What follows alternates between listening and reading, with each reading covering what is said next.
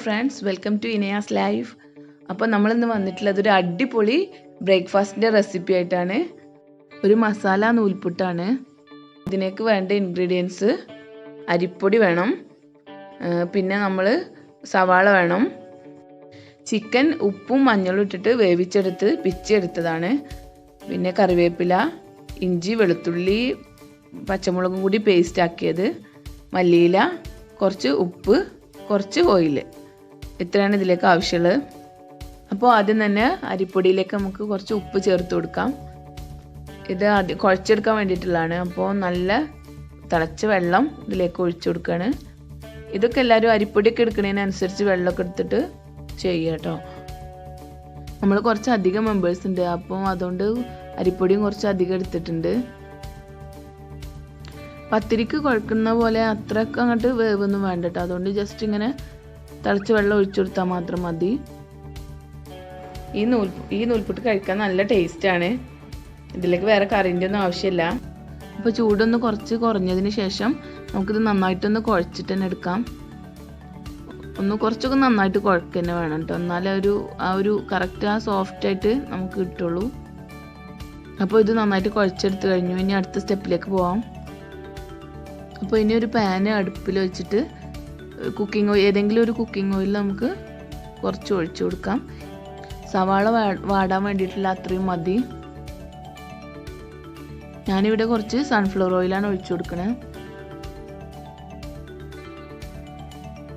ഇനി ഇതിലേക്ക് സവാള ഇട്ട് കൊടുക്കാം. ഒരു 4 സവാളയാണ് ഞാൻ എടുത്തിട്ടുള്ളത്. ഇനി ഇത് നന്നായിട്ട് വഴറ്റി കൊടുക്കുക. അപ്പോൾ വേഗം വഴന്നിട്ടാൻ വേണ്ടിയിട്ട് കുറച്ച് ഉപ്പ് ആഡ് ചെയ്ത് കൊടുക്കാം. ഓൾറെഡി നമ്മൾ ചിക്കനിൽ ഉപ്പിട്ടിട്ടാണ് വേവിച്ചിട്ടുള്ളത് കേട്ടോ. അപ്പോൾ അതിനനുസരിച്ച് ഇതിലേക്ക് ആവശ്യമുള്ള മാത്രം ചേർത്ത് കൊടുത്താൽ മതി.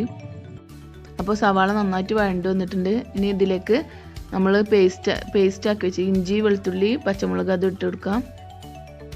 ഇതൊക്കെ എരിവിനൊക്കെ ആവശ്യത്തിനനുസരിച്ച് ഇടുക കേട്ടോ. വല്ലാതെ കൂടണ്ട, കാരണം ഇഞ്ചിൻ്റെ ടേസ്റ്റൊക്കെ കൂടിപ്പോയാലൊരു ടേസ്റ്റ് കിട്ടില്ല. അപ്പോൾ പാകത്തിന് ചേർത്ത് കൊടുക്കാം.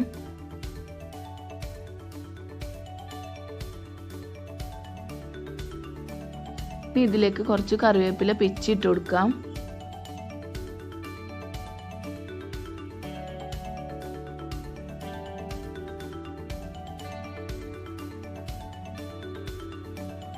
അപ്പോൾ നെക്സ്റ്റ് ആയിട്ട് കുറച്ച് മഞ്ഞൾപ്പൊടി, വളരെ കുറച്ച് മതിട്ട്, ഒരു ചെറിയ ലൈറ്റ് യെല്ലോ കളറിന് വേണ്ടിയിട്ടാണ്.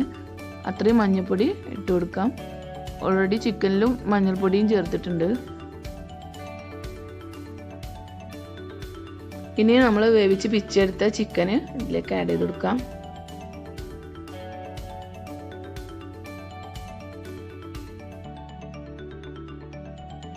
നന്നായിട്ടൊന്ന് ഇളക്കി യോജിപ്പിച്ച് കൊടുക്കുക. അറ്റ് ലാസ്റ്റ് ഇതിലേക്ക് അരിഞ്ഞു വെച്ച മല്ലിയില കൂടി ചേർത്ത് കൊടുക്കാം. ഫ്ലെയിം ഓഫ് ചെയ്യാം കേട്ടോ, ഇത് അധികം കുക്ക് ആവേണ്ട ആവശ്യമില്ല.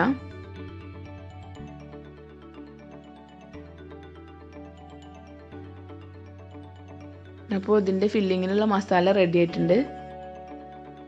ഇനി നമ്മൾ കുഴച്ച് വെച്ച പൊടി ഒരു ബൗളാക്കിയിട്ട് നൂൽപുട്ടിൻ്റെ അച്ചിലേക്ക് ഇട്ട് കൊടുക്കാം. അത് നിറയണ വരെ നമുക്ക് ഇട്ട് കൊടുക്കാം.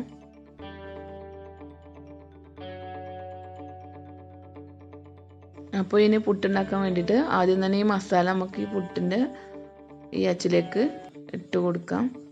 ആദ്യം മസാല കുറച്ച് താഴെ നിരത്തി വെക്കുക.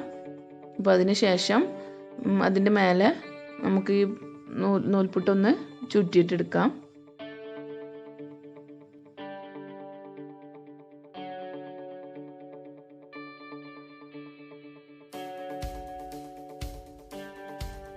ഇനി ഇതിന് മുകളിലായിട്ട് വീണ്ടും ഈ മസാല കുറച്ചുകൂടി നിരത്തി കൊടുക്കാം.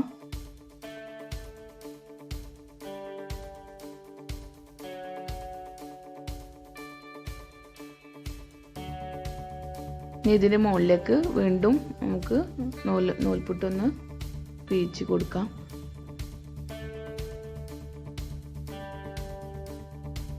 അപ്പോൾ ഇങ്ങനെ ലെയറായിട്ട് നമ്മൾ ഇടയിൽ മസാലയും വെച്ചിട്ട് ഇങ്ങനെ ലെയറാക്കി എടുത്തിട്ടുണ്ട്. ഇനി പുട്ടൊന്ന് നമുക്ക് വേവിച്ചെടുക്കാം.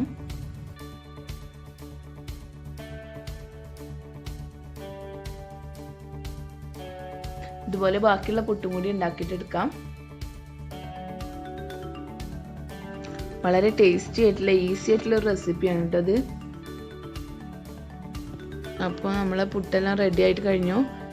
അപ്പോൾ എല്ലാവരും ഇതൊന്ന് ഉണ്ടാക്കി നോക്കണം. എല്ലാവർക്കും ഇഷ്ടപ്പെടുന്ന ഉറപ്പാണ്. നല്ല ടേസ്റ്റാണ്. വേറെ ഒരു കറിയുടെ ആവശ്യം തന്നെ അല്ല. വീഡിയോ ഇഷ്ടമായെങ്കിൽ ലൈക്ക് ചെയ്യുക, ഷെയർ ചെയ്യുക, സബ്സ്ക്രൈബ് ചെയ്യുക. നെക്സ്റ്റ് വീഡിയോ ആയിട്ട് വരാം ഇൻഷാ അല്ലാഹ്.